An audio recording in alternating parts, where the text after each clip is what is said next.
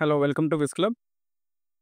Machine 30లో మనం already geography and history పేపర్స్ని డిస్కస్ చేసుకున్నాం. 15 క్వశ్చన్స్గా డివైడ్ చేసి ప్రతి వీడియోలో ఇంపార్టెంట్ 15 క్వశ్చన్స్ని డిస్కస్ చేసుకోబోతున్నాం. అలాగే ఈరోజు జనరల్ సైన్స్ నుంచి ఇంపార్టెంట్ 15 క్వశ్చన్స్ని చూద్దాం. ఏపీ కానిస్టేబుల్ మెయిన్స్లో general science weightage nearly 30 marks ఉంది. ఆల్రెడీ మన డీటెయిల్ ఎక్స్ప్లెనేషన్ వీడియో ఏదైతే ఉందో మెయిన్స్లో ఏ సబ్జెక్ట్ నుంచి ఎన్ని క్వశ్చన్స్ వస్తున్నాయి, ఇంపార్టెంట్ టాపిక్స్ మనం ఏవి ముందుగా రివైజ్ చేసుకోవాలి అనే దాని మీద వీడియో అనేది చేయడం జరిగింది. ఎవరికైనా డౌట్ ఉంటే మన ఛానల్లో ఆల్రెడీ వీడియో పోస్ట్ చేసి ఉంది, అందులో చూడొచ్చు. Important 15 questions from general science చూద్దాం. First question, which of the following animals belong to the phylum porifera? ఈ కింద 4 ఆప్షన్స్ ఇచ్చాడు కదా, ఇందులో ఏది ఈ ఫైలం ఫోరిఫెరాకి సంబంధించినది అని అడిగాడు. 4 ఆప్షన్స్ చూసుకుంటే ఎర్త్వామ్, హైడ్రా, స్పాంజిలా, యాస్కారిస్ 4 ఆప్షన్స్ ఇచ్చాడు. అయితే ఈ ఫైలం ఫోరిఫెరా అనేది మనకి నాన్ కార్డేట్స్ డివిజన్లోకి వస్తుంది. నాన్ కార్డేట్స్ అండ్ కార్డేట్స్ ఏంటంటే, ఒక ఫైలం అనేది నోటోకార్డ్ని బేస్ చేసుకొని 2 రకాలుగా విభజించబడుతుంది అనమాట. ఒక ఫైలం అనేది 2 రకాలుగా, ప్రధానంగా 2 రకాలుగా విభజించబడుతుంది. అందులో నోటోకార్డ్ దేనికైతే ఉంటుందో అవి కార్డేట్స్ అంటారు. నోటోకార్డ్ దేనికైతే ఉండదో అవి నాన్ కార్డేట్స్ అవుతాయి. ఈ ఫైలం ఫోరిఫెరా కూడా నాన్ కార్డేట్స్ కేటగిరీలోకి వస్తాయి. అయితే దీని గురించి దీంట్లో నేను అసలు యానిమల్ కింగ్డమ్ గురించి ఏం టచ్ చేయట్లేదు. క్వశ్చన్ అండ్ ఆన్సర్ వరకు చూసుకుంటే ఫైలం ఫోరిఫెరా నాన్ కార్డేట్స్లోకి వస్తుంది. ఇక్కడి వరకు గుర్తుపెట్టుకుంటే కింద ఇచ్చిన ఆప్షన్స్లో ఎర్త్వామ్, హైడ్రా, స్పాంజిలా అండ్ యాస్కారిస్ 4 ఆప్షన్స్లో ఫైలం ఫోరిఫెరాకి ఏది చెందుతుంది అంటే స్పాంజిలా అనమాట. ఇది కరెక్ట్ ఆన్సర్. ఫైలం ఫోరిఫెరాకి స్పాంజిలా అనేది చెందుతుంది. ఓకే. సెకండ్ క్వశ్చన్ చూసుకుంటే, who is known as the father of cell? కణానికి పితామహుడు అని ఎవరిని పిలవచ్చు అని 4 ఆప్షన్స్లో చూసుకుంటే Robert Koch, Robert Hooke, Anton van Leeuwenhoek, Rudolf Virchow. ఈ 4 ఆప్షన్స్లో కూడా దీని కణానికి పితామహుడు అని ఎవరిని పిలుస్తారంటే రాబర్ట్ హూక్. రాబర్ట్ హూక్ అనేవాడే ఈ కణాన్ని కనిపెట్టాడు. ఒకరోజు కార్క్ తీసుకొని మైక్రోస్కోప్ కింద పెట్టి చూసినప్పుడు అందులో హనీ కూంబ్ లైక్ స్ట్రక్చర్స్ అనేవి గమనించాడు అనమాట. వాటినే సెల్స్ అని పేర్కొన్నాడు. మొట్టమొదటిసారిగా సెల్స్ని ఎవరు కనిపెట్టారంటే రాబర్ట్ హూక్. అయితే cork is a non living thing కాబట్టి లివింగ్ ఆర్గనిజంలో సెల్స్ని ఎవరు కనుక్కున్నారు? ఇక్కడ రెండిటి దగ్గర చిన్న కన్ఫ్యూజన్ ఏర్పడుతుంది మనకి. డిస్కవరీ ఆఫ్ సెల్ గురించి మాట్లాడుకుంటే ఫస్ట్ కణాన్ని ఎవరు కనుక్కున్నారంటే రాబర్ట్ హూకే. ఫస్ట్ లివింగ్ ఆర్గనిజమ్స్లో సెల్ని ఎవరు కనుక్కున్నారంటే లీవెన్హూక్. ఒకరోజు లీవెన్హూక్ కూడా, ఇప్పుడు రాబర్ట్ హూక్ ఫస్ట్ సెల్ కనుక్కున్నవాడు నాన్ లివింగ్ థింగ్ ఆ కార్క్లో ఎలాగైతే కనిపెట్టాడో సెల్స్ ఉన్నాయని, అలానే యాంటోన్ వ్యాన్ లీవెన్హూక్ కూడా ఒకరోజు ఒక చెరువు దగ్గరికి వెళ్ళి చెరువులో స్పైరోగైరా అనే ఒక ఆల్గే ఏదైతే ఉంటుందో ఆ ఆల్గేలోని సెల్స్ని మైక్రోస్కోప్ కింద పెట్టి చూస్తే లివింగ్ ఆర్గనిజంలో సెల్స్ చూశాడు అనమాట. లివింగ్ ఆర్గనిజమ్స్లో సెల్స్ని ఎవరు కనుక్కున్నారంటే Anton van Leeuwenhoek. Non living ఆర్గనిజమ్స్లో సెల్స్ ఎవరు కనుక్కున్నారంటే మొట్టమొదటిసారిగా రాబర్ట్ హూక్. ఇది రెండిటి మధ్య ఉన్న వ్యత్యాసం. ఇది కొంచెం గమనించండి. ఓకే. అయితే ఇప్పుడు వరకు సెల్ గురించి మాట్లాడుతున్నాం. సెల్ అంటే ఏంటి? Cell is nothing but the basic building black of all living things. సింపుల్గా సెల్ అంటే ఏంటని చెప్పొచ్చు అంటే లివింగ్ ఆర్గనిజమ్స్లో బేసిక్ బిల్డింగ్ బ్లాక్ అనమాట. అది మనం ఒక బాడీ తీసుకుంటే ఎగ్జాంపుల్కి మన బాడీలో ప్రతి ఒక్క పార్ట్ కూడా ప్రతి చిన్న చిన్న కణాలతో ఏర్పడి బిల్డ్ అయ్యి ఉందన్నమాట. ఆ చిన్న కణాన్నే మనం ఏమంటున్నాం అంటే లివింగ్ థింగ్ని మనం సెల్ అని అంటున్నాం. ఇది సెల్ యొక్క స్మాల్ డెఫినేషన్. అయితే సెల్స్ కూడా 2 టైప్స్గా డివైడ్ చేయొచ్చు. సెల్స్ని 2 టైప్గా డివైడ్ చేయొచ్చు. ఒకటి, సెల్ని మనం ప్రోకారియోటిక్ సెల్, కేంద్రక పూర్వ కణాలు అని పిలవచ్చు. Prokaryotic cell and eukaryotic cell, నిజకేంద్ర కణాలు.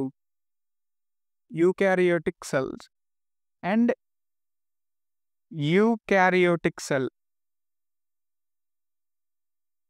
నిజకేంద్రక కణాలు అని పిలుస్తారు తెలుగులో.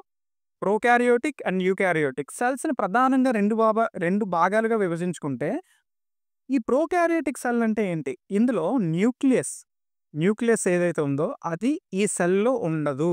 న్యూక్లియస్ అనేది ప్రోకారియోటిక్ సెల్లో న్యూక్లియస్ ఉండదు. యూకారియోటిక్ సెల్లో న్యూక్లియస్ ఉంటుంది.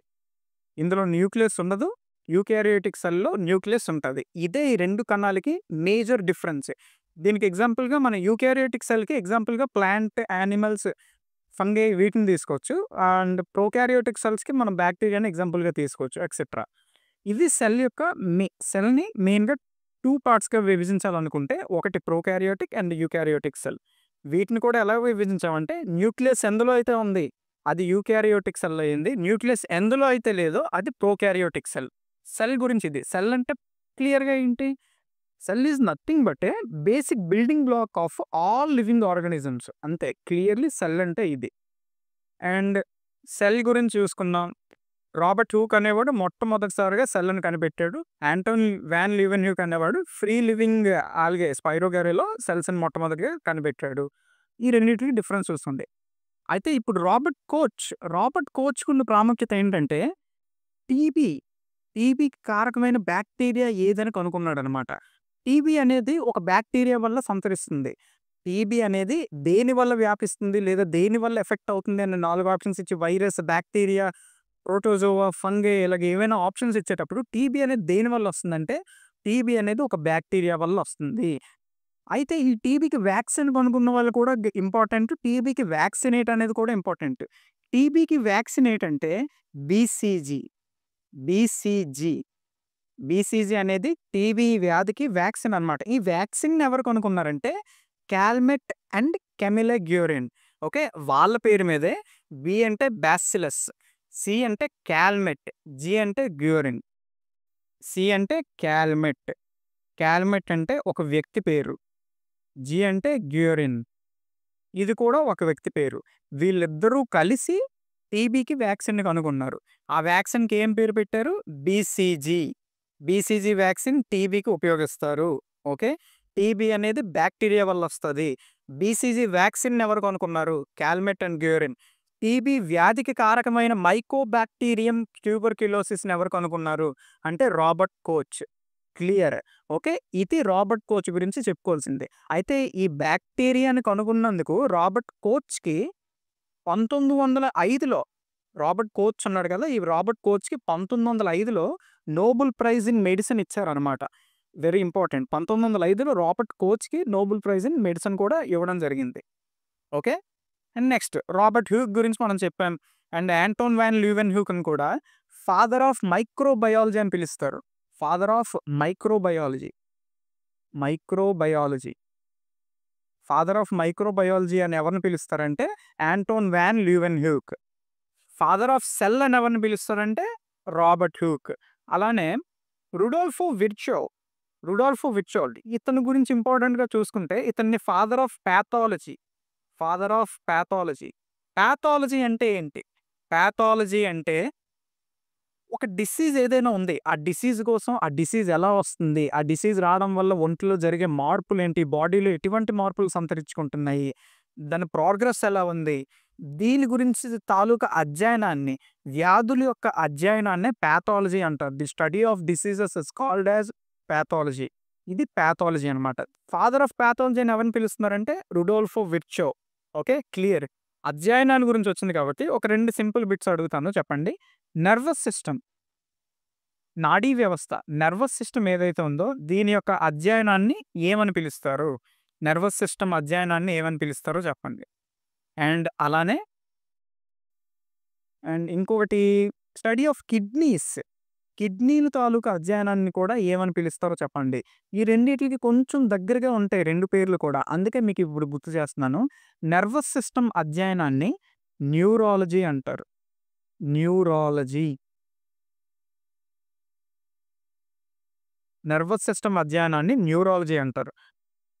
కిడ్నీల అధ్యయనాన్ని నెఫ్రాలజీ అంటారు. Nephrology. Neurology and nephrology. Neurology and nephrology. నాడీ వ్యవస్థ తాలూకు అధ్యయనాన్ని న్యూరాలజీ. కిడ్నీ మీద చేసే అధ్యయనాన్ని నెఫ్రాలజీ. Neuro and nephro. ఈ 2 నెఫ్రో అంటే కిడ్నీస్ గురించి, న్యూరో అంటే నాడీ వ్యవస్థ నర్వస్ సిస్టమ్ గురించి. ఇది గుర్తుపెట్టుకోండి. ఓకే. ఫాదర్ ఆఫ్ పాథాలజీ అని ఎవరిని పిలుస్తారని చెప్పుకున్నా? ఫాదర్ ఆఫ్ పాథాలజీ అని రుడోల్ఫ్ విర్చో. అలాగే father of microbiology Anton van Leeuwenhoek. Father of cell Robert Hooke. Robert Koch గురించి చూసుకుంటే మైకోబాక్టీరియం ట్యూబర్కులోసిస్ టీబీకి సంబంధించిన బ్యాక్టీరియాని కనుగొన్నవాడు Robert Koch. Okay, clear. Next question, third question చూసుకుంటే which of the following is the correct pathway of air during inhalation? గాలిని లోపలికి పీల్చుకునేటప్పుడు inhalation టైంలో గాలి యొక్క ప్రవాహ మార్గం ఎలా ఉంది, దాని యొక్క సరైన క్రమం అడిగాడు. ఆ క్రమం ఏదో ఇప్పుడు మనం చూద్దాం. ఫస్ట్గా చూసుకుంటే నాస్ట్రిల్స్ నుంచి మనం గాలిని పీల్చుకుంటాం. నాస్ట్రిల్స్ నాస్ట్రిల్స్ నుంచి ఆ గాలి అనేది ఫ్యారింగ్స్లోకి వెళ్తుంది. అక్కడి నుంచి లారింగ్స్, అక్కడి నుంచి ట్రాకియాకి వస్తుంది. ఆ తర్వాత లంగ్స్లోకి అనుకోండి బ్రాంకియల్స్ ఆల్వియల్స్ అక్కడి వరకు వెళ్తుంది అది. అయితే నాస్ట్రిల్స్ నుంచి ఫారింగ్స్కి వెళ్ళింది. ఈ ఫారింగ్స్ గురించి ఇది క్రమం అడిగాడు కదా, క్రమం అయితే ఇది గుర్తుపెట్టుకోండి. ఇప్పుడు వీటిలో ఉండే కొన్ని ఇంపార్టెంట్ పాయింట్స్ చూసుకుంటే ఫారింగ్స్ ఉంది కదా, నోస్కి మరియు ఈసోఫాగస్కి మధ్య మస్కులర్ క్యూబ్ ఏదైతే ఉందో దాన్నే ఫారింగ్స్ అంటారు. ఈ మస్కులర్ క్యూబ్ని ఫారింగ్స్ అంటారు. అలాగే లారింగ్స్ అంటే ఏంటంటే వాయిస్ బాక్స్, లారింగ్స్ని వాయిస్ బాక్స్ అంటారు అనమాట. వోకల్ కార్డ్స్ అనేవి ఉంటాయి కదా, ఆ వోకల్ కార్డ్స్ ఇక్కడే ఉంటాయి. ఇవి దెబ్బతింటే మనం మాట్లాడలేం. వాయిస్ బాక్స్ అని దేన్ని అంటారు? 4 ఆప్షన్స్ ఇచ్చాడు అనుకోండి, ఫారింగ్స్, లారింగ్స్, ట్రాకియా అని ఇంకోటి ఇచ్చి మీకు వాయిస్ బాక్స్ అని దేన్ని అంటారంటే లారింగ్స్ని వాయిస్ బాక్స్ అంటారు. ఫారింగ్స్ అంటే నోస్కి మరియు ఈసోఫాగస్కి మధ్యలో ఉండే మస్కులర్ ట్యూబ్ లైక్ స్ట్రక్చర్ ఏదైతే ఉందో దాన్ని ఫారింగ్స్ అంటారు. విండ్ పైప్ అని దేన్ని అంటారంటే ట్రాకియా అని అంటారు. విండ్ పైప్ అని దేన్ని అంటారంటే ట్రాకియా. ఈ విండ్ పైప్ అనేది దేనికి సహాయం చేస్తుందంటే ఎయిర్ అనేది లంగ్స్ నుంచి లోపలికి బయటికి ప్రయాణించడానికి, సర్క్యులేట్ అవ్వడానికి ఉపయోగపడుతుంది. ఇది మెయిన్గా చూసుకుంటే ఆ వరుస క్రమం ఏదైతే ఉందో అది nostrils, pharynx, లారింగ్స్ and trachea. Okay, nostrils, pharynx, లారింగ్స్ and trachea. Nostrils ముక్కు, ఫారింగ్స్, లారింగ్స్ స్వరపేటిక, ట్రాకియా శ్వాసనాళం, చివరగా ఊపిరితిత్తులు. ఆప్షన్ బి కరెక్ట్ ఆన్సర్ అవుతుంది. ఓకే, అలాగే ఇప్పుడు వరుస క్రమం గాలి పీల్చుకునేటప్పుడు దాని క్రమం మనం చూసాం. అలాగే మీరు బ్లడ్ ఫ్లో ఎలా జరుగుతుంది, గుండెలో బ్లడ్ ఫ్లో అనేది ఎలా జరుగుతుందో దాన్ని మీరు కామెంట్ సెక్షన్లో చెప్పండి. ఎలాగో అడిగాను కాబట్టి father of blood circulatory system అని ఎవరిని పిలుస్తారు? ఇప్పుడు మనం ఇక్కడ father of microbiology, father of pathology, father of cell అని చూసుకున్నాం. Father of blood circulatory system అని ఎవరిని పిలుస్తారంటే William Harvey. Father of blood circulatory system అని ఎవరిని పిలుస్తారంటే విలియం హార్వేని father of blood circulatory system అని పిలుస్తారు. అలాగే గుండెలో బ్లడ్ సర్క్యులేషన్ ఎలా జరుగుతుంది, దాని క్రమం ఎలా ఉందో నాకు ఒకసారి కామెంట్లో చెప్పండి. అండ్ నెక్స్ట్ క్వశ్చన్ చూసుకుంటే which blood vessels have valves to prevent the back flow of blood? Options arteries, veins, capillaries, none of these. బ్లడ్స్లోని వెనక్కి వెళ్లకుండా, ఒకసారి ముందు ప్రవహించింది వెనక్కి వెళ్లకుండా ఉండేదానికి వాల్వ్స్ అనేవి ఈ కింద ఇచ్చిన ఆప్షన్స్లో దేనికి ఉన్నాయి అని అడిగాడు. ఆర్టరీస్ అంటే ఏంటి? ఆక్సిజన్ రిచ్ బ్లడ్ ఏదైతే ఉందో దాన్ని సరఫరా చేస్తుంది. దీంతోనే పాటుగా nutrients, hormones throughout the body కూడా ఆర్టరీస్ అనేవి సప్లై చేస్తుంది. అండ్ వీన్స్ ఏం చేస్తాయి? సిరలు అనేవి డీఆక్సిజనేటెడ్ బ్లడ్ ఏదైతే ఉందో అది ఆర్గన్స్ నుంచి హార్ట్కి తీసుకొస్తాయి. బాడీ ఆర్గన్స్ ఏవైతే, బాడీ పార్ట్స్ ఏవైతే ఉన్నాయో అక్కడి నుంచి బ్యాక్ టు ది హార్ట్ తీసుకొస్తుంది అనమాట వీన్స్ అనేవి, సిరలు. Arteries and veins main. Arteries ఏం చేస్తాయంటే ఆక్సిజన్ రిచ్ బ్లడ్ని పార్ట్స్కి సప్లై చేస్తాయి. వీన్స్ ఏం చేస్తాయి, సిరలు ఏం చేస్తాయంటే డిఆక్సిజనేటెడ్ బ్లడ్ని బాడీ ఆర్గన్స్ నుంచి బ్యాక్ టు ది హార్ట్కి అనమాట, అక్కడి నుంచి హార్ట్కి తీసుకొస్తాయి. ఇవి ఆర్టరీస్ అండ్ వీన్స్. అయితే దీనికి ఆన్సర్ ఏమవుతుంది? వాల్వ్స్ దేనికి ఉంటాయి? రక్తం వెనక్కి వెళ్లకుండా, ఒకసారి ముందుకు ప్రవహించిన రక్తం వెనక్కి వెళ్లకుండా వాల్వ్స్ దేనికి ఉంటాయంటే వీన్స్, సిరలకు ఉంటాయి అన్నమాట. హార్ట్ రేట్స్ గురించి చూసుకుంటే ఆరోగ్యకరమైన అడల్ట్కి హార్ట్ రేట్ ఎంత ఉండాలి అని చూస్తే 60 to 100 BPM beats per minute. 60 to 100 BPM. ఒక ఆరోగ్యకరమైన వ్యక్తికి హార్ట్ రేట్ అనేది 60 to 100 BPM మధ్యలో ఉండాలి. అండ్ చిల్డ్రన్స్కి 65 to 110 బీపీఎం చిల్డ్రన్‌కి ఈ మధ్యలో ఉంటది హార్ట్ రేట్ అనేది. హార్ట్ రేట్ తగ్గినా, పెరిగినా దానివల్ల వచ్చే కారణాలు బ్రాడికార్డియా అనే ఒక వ్యాధి వస్తది. సైనస్ బ్రాడికార్డియా అంటారు. సైనస్ రిథమ్ ఉంటది. ఈసీజీ తీస్తారు. ఎలక్ట్రోకార్డియోగ్రామ్.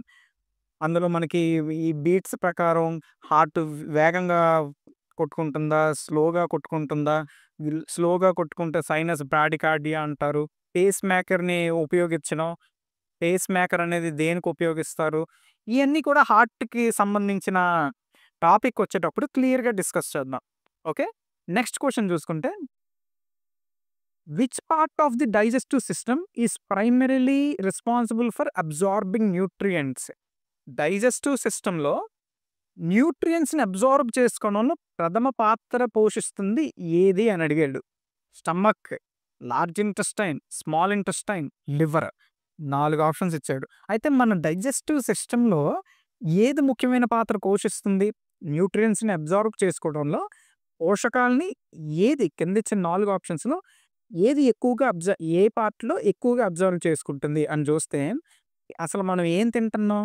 తినేదేంటంటే సింపుల్‌గా 3 భాగాలుగా మనం తినేది 3. 1 స్టార్చ్. స్టార్చ్ అంటే కాంప్లెక్స్ కార్బోహైడ్రేట్స్. 2 ఫ్యాట్స్ కొవ్వు పదార్థాలు తింటాం. 3 ప్రోటీన్స్.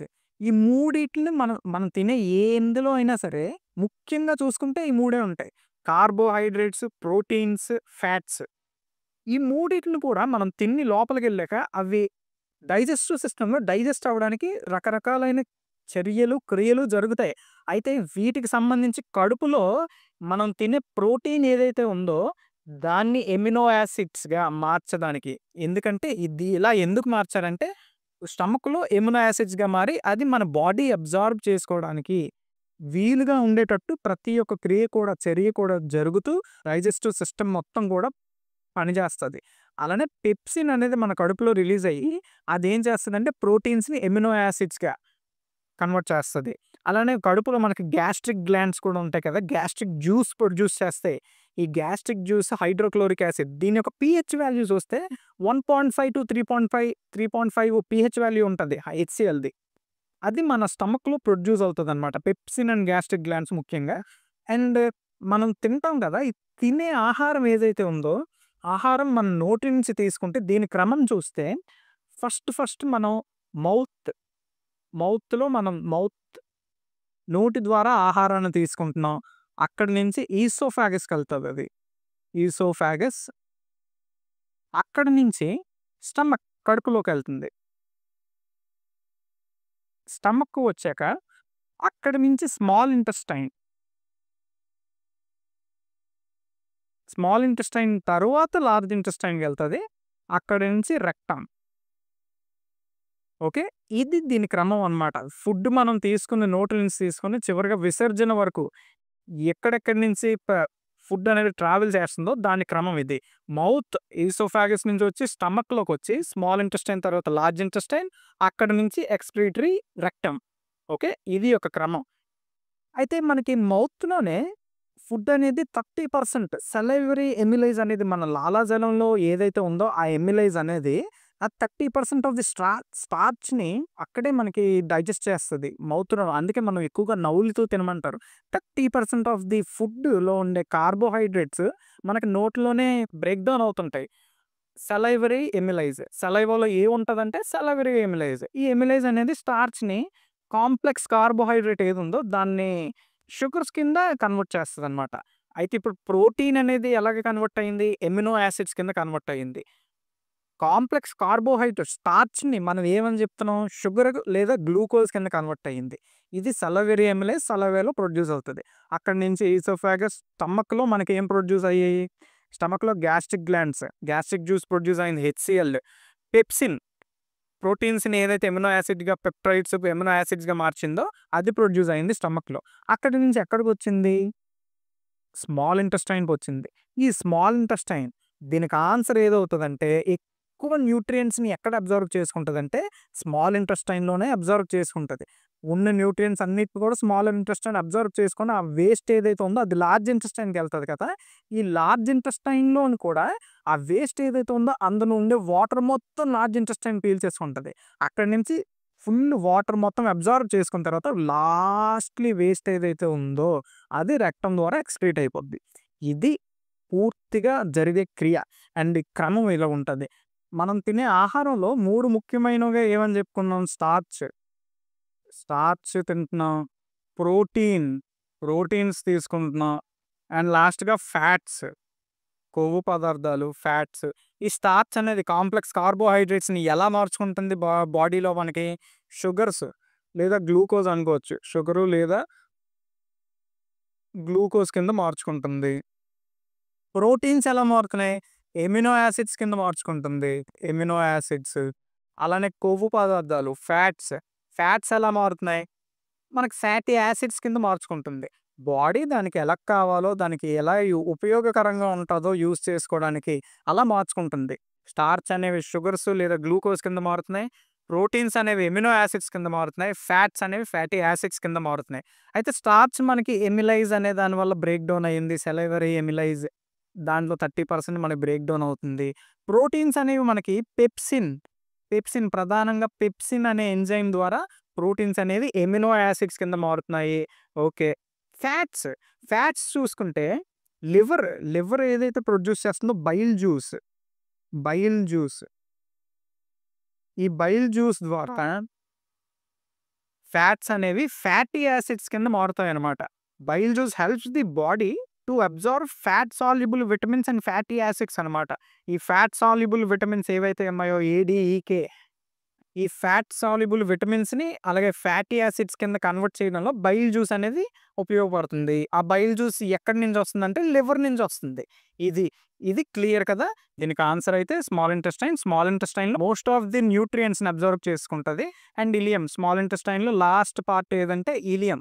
ఇక్కడి నుంచి అది లార్జ్ ఇంటెస్టైన్‌లోకి ఫుడ్ అనేది ట్రావెల్ అయిపోద్ది. ఎక్స్‌క్రీటరీ ఏదైతే ఉందో అది ట్రావెల్ అయిపోద్ది లార్జ్ ఇంటెస్టైన్‌లో మిగిలిన వాటర్‌ని ఎంతవరకు అయితే దీన్ని అబ్జార్బ్ చేసుకోగలదో లార్జ్ ఇంటెస్టైన్ వాటర్‌ని అబ్జార్బ్ చేసుకొని రెక్టమ్‌కి పంపించేస్తది. అక్కడి నుంచి ఎక్స్‌క్రీట్ అయిపోద్ది వేస్ట్ అనేది. ఇది వరుస క్రమం అనమాట. ఫుడ్ ఎలా ట్రావెల్ అవుతుంది బాడీలో ఇది వరుస క్రమం. అలాగే కొన్ని ఇంపార్టెంట్ ఎంజైమ్స్ ఎక్కడ ఏం ప్రొడ్యూస్ అవుతున్నాయి, మనం తినే ఆహారం ఎలా కన్వర్ట్ అవుతుంది అనేది చూసాం. Next question. Match the following prefixes with their corresponding values అని అడిగాడు.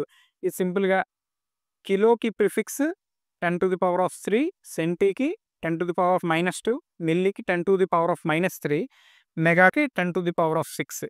సేమ్ ఈట్లికి ఉన్న ఆన్సర్స్ కూడా ఏకి 1, బికి 2, సికి 3 అండ్ డికి 4. 7th క్వెషన్ చూస్తే a ball of mass of 2 kg is at a height of 5 meters. What is its potential energy? Take G as 10 meters/s². Okay. దీనికి potential energy కనుగొనాలనుకుంటే simple formula U=mgh. U అంటే potential energy, M అంటే mass, G అంటే acceleration through gravity, H అంటే height. ఇందులో substitute చేయండి answer వచ్చేస్తది. Clear. Potential energy ఇది. ఒకవేళ కైనెటిక్ ఎనర్జీ ఫార్ములా అడిగాడు అనుకోండి, కైనెటిక్ ఎనర్జీ ½ mv². ఇందులో సబ్స్టిట్యూట్ చేయండి ఆన్సర్ వస్తది. క్లియర్. నెక్స్ట్ 8th క్వెషన్ చూసుకుంటే the process of converting a liquid into gas is called as. ద్రవ రూపంలో ఉన్నది వాయు రూపంలోకి మారే ప్రక్రియను ఏమంటారు? ఎవాపరేషనా, కండెన్సేషనా, ఫ్రీజింగా, మెల్టింగా, బాష్పీభవనం, సంక్షేపణం, గడ్డకట్టడం లేదా కరగడం. ఈ వీటిలో లిక్విడ్ టు గ్యాసియస్ ఫామ్‌లోకి మారుతున్న ప్రక్రియను ఏమని పిలుస్తారంటే ఎవాపరేషన్. ఆన్సర్ ఏ ఎవాపరేషన్. లిక్విడ్ నుంచి గ్యాసియస్ ఫామ్‌లోకి మారుతుంటే ఆ ప్రక్రియని ఎవాపరేషన్ అంటాం. బాష్పీభవనం. ఇది ఆన్సర్. అలానే ఎవాపరేషన్ అంటే liquid to gaseous. Okay.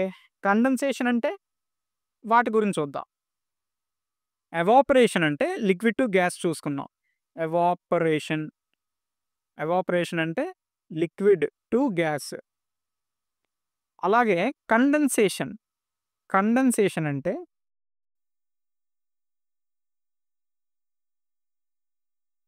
Gaseous ఫామ్‌లో ఉండేది లిక్విడ్ ఫామ్‌లోకి చేంజ్ అవుతది. ఇది కండెన్సేషన్. అలానే ఫ్రీజింగ్ అండ్ మెల్టింగ్ ఇవి సబ్జెక్ట్ టు లో టెంపరేచర్ అండ్ హై టెంపరేచర్. లో టెంపరేచర్‌లో ఉందనుకోండి, టెంపరేచర్ తగ్గిపోతుంటే ఫ్రీజింగ్ అనమాట. టెంపరేచర్ ఎక్కువ ఇది కరుగుతుంది ఏదైనా మెల్టింగ్ అనమాట. అది మెల్టింగ్. ఐస్ క్యూబ్స్ తీసుకోవచ్చు, లేదా ఏదైనా ఐరన్ ఓర్‌లో ఐరన్ మెల్ట్ చేస్తారు. అది ఎగ్జాంపుల్స్‌గా అవి చూసుకోవచ్చు. మెయిన్‌గా చూసుకుంటే ఇంకొకటి సబ్లిమేషన్. సబ్లిమేషన్ చూస్తే దీన్ని సబ్లిమేషన్ ఇది ఏంటంటే సాలిడ్‌లో ఉన్నది డైరెక్ట్ గ్యాసియస్ ఫార్మ్‌లోకి అయిపోద్ది. ఇప్పుడు సాలిడ్, రాక్ సాలిడ్‌గా ఉన్నది గ్యాసియస్ ఫార్మ్‌లోకి కన్వర్ట్ అవుతదనమాట. దీన్ని సబ్లిమేషన్ అంటాం. దీనికి ఎగ్జాంపుల్‌గా మనం కర్పూరపు బిళ్ళలు, నాప్థలిన్ బాల్స్ ఏవైతే ఉంటాయో అవి సబ్లిమేషన్‌కి ఒక ఎగ్జాంపుల్‌గా చెప్పుకోవచ్చు. నాప్థలిన్ బాల్స్ మనం చూసినప్పుడు సాలిడ్‌గా ఉంటాయి. పట్టుకోవచ్చు. నాప్థలిన్ బాల్స్ పెట్టాక అవి అలాగా గ్యాసియస్ ఫార్మ్‌లోకి చేంజ్ అవుతాయి. ఇది సబ్లిమేషన్. ఎవాపరేషన్ అంటే లిక్విడ్ ఫార్మ్‌లో ఉన్నది గ్యాసియస్ ఫార్మ్‌లోకి మారుతుంది. తిరిగి మళ్ళీ గ్యాసియస్ ఫార్మ్‌లోకి మారిన లిక్విడ్ ఫార్మ్‌లోకి వచ్చేస్తే కండెన్సేషన్. సబ్లిమేషన్ అంటే సాలిడ్ ఫార్మ్‌లో ఉండేది గ్యాసియస్ ఫార్మ్‌లోకి మారుతుందనమాట. సింపుల్.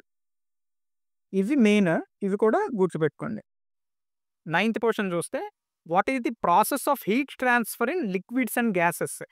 ద్రవాలు మరియు వాయువుల్లో వేడి బదిలీ ప్రక్రియని ఏమంటారు? హీట్ ట్రాన్స్‌ఫర్ అవుతది కదా! లిక్విడ్స్ అండ్ గ్యాసెస్‌లోనే అడిగాడు. సాలిడ్స్‌లో కాదు. లిక్విడ్స్ అండ్ గ్యాసెస్‌లో హీట్ ట్రాన్స్‌ఫర్ ప్రాసెస్‌ని ఏమంటారు? కండక్షన్ సంచలనం, కన్వెక్షన్ సంవాహనం, రేడియేషన్ వికిరణం, డిఫ్యూజన్ వ్యాప్తి. లిక్విడ్స్ అండ్ గ్యాసెస్‌లో హీట్ అనేది ఏ ప్రాసెస్ ద్వారా ట్రాన్స్‌ఫర్ అవుతది అని చూస్తే ఆన్సర్ బి కన్వెక్షన్. కన్వెక్షన్ అనే ప్రక్రియ ద్వారా ద్రవాలు మరియు వాయువులలో వేడి అనేది ట్రాన్స్‌ఫర్ అవుతదనమాట. హీట్ అనేది ట్రాన్స్‌ఫర్ అవుతది. ఓకే. కన్వెక్షన్. కన్వెక్షన్‌కి, కండక్షన్‌కి చిన్న తేడా. The energy is transmitted directly from molecule to molecule. ఇప్పుడు ఒక మాలిక్యూల్ ఉంది. ఇంకొక మాలిక్యూల్ ఉంది. ఈ రెండిటికి మధ్య మీడియం లేకుండా ట్రాన్స్‌ఫర్ అయిపోతుంది. ఇలా మాలిక్యూల్ టు మాలిక్యూల్. దీన్ని మనం కండక్షన్ అంటాం. ఇప్పుడు ఒక మాలిక్యూల్ ఉంది. ఇక్కడి నుంచి ట్రావెల్ చేసి ఇంకో మాలిక్యూల్‌కెళ్ళి హీట్ ట్రాన్స్‌ఫర్ చేస్తుంది. దీన్ని మనం కన్వెక్షన్ అంటాం. Simple. Heat transmitted by the movement of molecule ఏంటంటే convection. Heat is transmitted directly from molecule to molecule. అదేంటంటే కండక్షన్. ఇది 2 డిఫరెన్సెస్. ఓకే. దీని ఆన్సర్ అయితే convection. Next question 10th question. The range of audible sound frequencies for humans is అయితే unit of frequency చెప్పండి first. Unit of ఫ్రీక్వెన్సీని ఏమంటాం అంటే hertz. Unit of frequency is hertz. ఇక్కడ హెర్ట్జ్‌కి, డెసిబెల్స్‌కి ఈ రెండిట్లకి కొంచెం కన్‌ఫ్యూజ్ అవుతుంటారు. డెసిబెల్స్ అంటే unit of intensity of sound అనమాట. ఇంటెన్సిటీ ఆఫ్ సౌండ్‌ని దేనిలో కొలుస్తామంటే decibels. Decibels. Intensity of sound అంటే డెసిబెల్స్. లౌడ్‌నెస్ కోసం చెప్పొచ్చు డెసిబెల్స్‌ని. హెర్ట్జ్ దేనికంటే unit of frequency. Measures the frequency అనమాట. పిచ్ గురించి ఎక్కడైనా ప్రస్తావన వస్తే హెర్ట్జ్. లౌడ్‌నెస్ గురించి ప్రస్తావన వస్తే డెసిబెల్స్. అయితే క్వెషన్ చూసుకుంటే the range of audible sound frequencies for humans. Correct answer ఏమవుతదంటే 20 hertz to 20,000 hertz. Okay. Clear. Next question 11th question చూసుకుంటే isotopes are atoms of the same element that differs in. ఐసోటోప్‌లు అనేవి ఒక మూలకానికి చెందిన పరమాణువులు. అయితే అవి దేనిలో తేడా చూపిస్తాయి అని అడిగాడు. అటామిక్ నంబరా, మాస్ నంబరా, కెమికల్ ప్రాపర్టీసా, ఎలక్ట్రాన్ కాన్ఫిగరేషనా అనేవి చూస్తే మనకి ఐసోటోప్స్‌లో మనకి అటామిక్ నంబర్ అనేది అటామిక్ నంబర్ సేమే. అటామిక్ నంబర్ అనేవి ఐసోటోప్స్‌కి సేమ్‌గానే ఉంటాయి. అయితే డిఫరెన్స్ ఎందులో చూపిస్తాయంటే మాస్ నంబర్. ఐసోటోప్స్‌లో అటామిక్ నంబర్ సేమ్‌గా ఉంటది. మాస్ నంబర్స్‌లో మనం తేడా అనేది చూడొచ్చు. ఒక న్యూక్లియస్‌లో ఎన్ని ప్రోటాన్స్ ఉన్నాయని తెలియజేసేది atomic number. Protons and neutrons గురించి చెప్పేది మాస్ నంబర్. ఐసోటోప్స్‌లో మాస్ నంబర్ మారుతది. అటామిక్ నంబర్ సేమ్‌గానే ఉంటది. ఓకే. కెమికల్ ప్రాపర్టీ అంటే ఆ ఎలిమెంట్ ఎలా రియాక్ట్ అవుతుంది వీటికి సంబంధించిన కెమికల్ ప్రాపర్టీస్ అయ్యి. ఎలక్ట్రానిక్ కాన్ఫిగరేషన్స్ అంటే ఎలక్ట్రాన్స్ యొక్క ప్లేస్‌మెంట్ ఎలా ఉండాలి అని దాని గురించి తెలియజేసేది ఎలక్ట్రానిక్ కాన్ఫిగరేషన్. అయితే ఐసోటోప్స్‌లో ఏది డిఫరెంట్‌గా ఉంటాయంటే మాస్ నంబర్స్ మారుతూ ఉంటాయి. అటామిక్ నంబర్ సేమ్‌గా ఉంటాయి. Okay. Clear. Next question. Which of the following metals is the least reactive?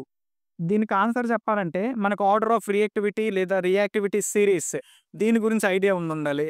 ఒక క్లియర్‌గా మీకు రియాక్టివిటీ సిరీస్‌లో ఉండే ఎలిమెంట్స్ గురించి అలా ఒక్కసారి వరుసగా రాసేస్తాను. Potassium, sodium, calcium, magnesium, aluminium, zinc, ferrous, nickel, tin, lead, hydrogen, copper, silver and gold. ఇది రియాక్టివిటీ సిరీస్ అనమాట. హై రియాక్టివిటీ నుంచి లో రియాక్టివిటీ వరకు మనకి రియాక్టివిటీ ఆర్డర్ ఆఫ్ రియాక్టివిటీ అనేది ఇలా ఉంటది. ఇది మీరు గుర్తుపెట్టుకుంటే ఇందులో ఏది ఎలా క్వెషన్ అడిగినా చెప్పొచ్చు. ఇప్పుడు మనకు క్వెషన్ ఏమి అడిగాడు? Which of the following metal is the least reactive అని అడిగాడు. లీస్ట్ రియాక్టివ్ మెటల్ ఏంటంటే gold. Least reactive metal is gold. Okay, ఇది క్లియర్. హై రియాక్టివిటీ అండ్ లో రియాక్టివిటీ రియాక్టివిటీ సిరీస్ టేబుల్ ఒకసారి చూస్తే చూడండి. దాని ప్రకారం హై రియాక్టివిటీ మెటల్ ఏదన్నా మీరు ఎలా క్వెషన్ అడిగినా మీరు ఆన్సర్ చేయడానికి ఉంటుంది. Okay, clear. Next question, 13th question. Which of the following is a weak acid? Weak యాసిడ్డా స్ట్రాంగ్ యాసిడ్డా అని ముందు అసలు ఆన్సర్లోకి వెళ్ళే ముందు వీక్ యాసిడ్డా స్ట్రాంగ్ యాసిడ్ అని తెలియాలంటే దాని యొక్క pH వాల్యూ మనకు తెలియాలి. pH వాల్యూ తెలిస్తే ఆ యాసిడ్ అనేది వీకా స్ట్రాంగ్ అని తెలుస్తుంది. ఈ pH వాల్యూ మనకి pH స్కేల్ ఉంటుంది కదా, ఈ pH స్కేల్లో మనకి 7 మిడిల్లో 7 ఉంటుంది. 7 కన్నా ఎక్కువ ఫైనల్ నెంబర్ 14 ఎక్కడి వరకు ఉంటే బేసిక్ నేచర్. ఇక్కడ 0 to 7 మధ్యలో ఉంటే ఎసిడిక్ నేచర్. అంటే తక్కువ 0 దగ్గరలో ఏదైతే ఉంటుందో అది స్ట్రాంగ్ యాసిడ్. అలా పెరుగుతూ 7 దాటి వెళ్ళిపోయిందంటే అది బేసిక్ నేచర్లోకి వెళ్ళిపోద్ది. అలాగే దాని ప్రకారం వీటి యొక్క pH వాల్యూస్ తెలిస్తే మీరు ఇందులో వీక్ యాసిడ్ ఏదో అని స్ట్రాంగ్ యాసిడ్ ఏదో కనిపెట్టొచ్చు. pH వాల్యూస్ ప్రకారం ఆల్మోస్ట్ ఎసిడిక్ యాసిడ్ యొక్క pH వాల్యూ నియర్లీ 2 to 3 ఉంటుంది. కాబట్టి ఇది ఆప్షన్ కరెక్ట్ అవుతుంది. Option D is correct answer. అలాగే pH వాల్యూ గురించి మాట్లాడేటప్పుడు లిట్మస్ పేపర్ని వాడి కూడా మనం pH వాల్యూని టెస్ట్ చేసి తెలుసుకోవచ్చు. లిట్మస్ పేపర్ 3 కలర్స్లో లభిస్తే మన అందరికీ తెలుసు, పర్పుల్, రెడ్, బ్లూ. అయితే red colour litmus paper blue కలర్లోకి మారింది అనుకోండి, అది బేసిక్ సొల్యూషన్ అని. బ్లూ కలర్ పేపరు రెడ్ కలర్లోకి మారితే ఎసిడిక్ సొల్యూషన్ అని. ఇది లిట్మస్ పేపర్ని యూస్ చేసి కూడా మనం ఆ సొల్యూషన్ అనేది ఎసిడిక్ నేచర్లో ఉందా బేసిక్ నేచర్లో ఉందా అనేది మనం కనిపెట్టవచ్చు. Okay, clear. Next question, 14th question. Which of the following carbon compounds is commonly used in the production of fertilisers?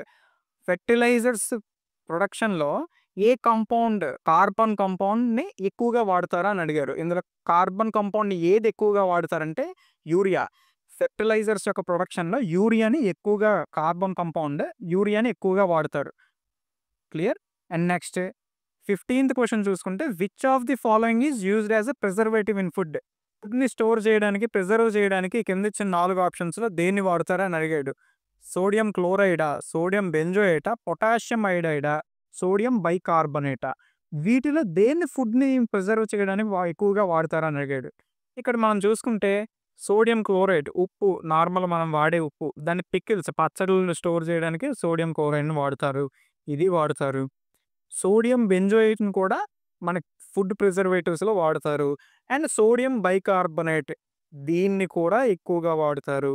Sodium bicarbonate అంటే నథింగ్ బట్ బేకింగ్ సోడా. ఈ బేకింగ్ సోడాని కూడా మనకి ఫుడ్ ప్రిజర్వేటివ్స్లో ఫ్రూట్స్, వెజిటేబుల్, డైరీ ప్రొడక్ట్స్లో preservative కింద వాడతారు. Dairy products గురించి ఇప్పుడు మిల్క్ మనకి విరిగిపోకుండా ఉండడానికి బేకింగ్ సోడా వాడితే మిల్క్ అనేది ఎక్కువ రోజులు ఉంటుంది, ఎక్కువ టైం ఉంటుంది అనమాట. మనకి మిల్క్లో మనకి బేకింగ్ సోడా అని ఒక ప్రిజర్వేటివ్గా వాడుతుంటారు కంపెనీస్ అనేవి. ఇండస్ట్రీస్లో మిల్క్ ఇండస్ట్రీస్లో బేకింగ్ సోడా యూసేజ్ ఉంటుంది, అది కూడా ఒక ప్రిజర్వేటివ్ కింద అనుకోవచ్చు.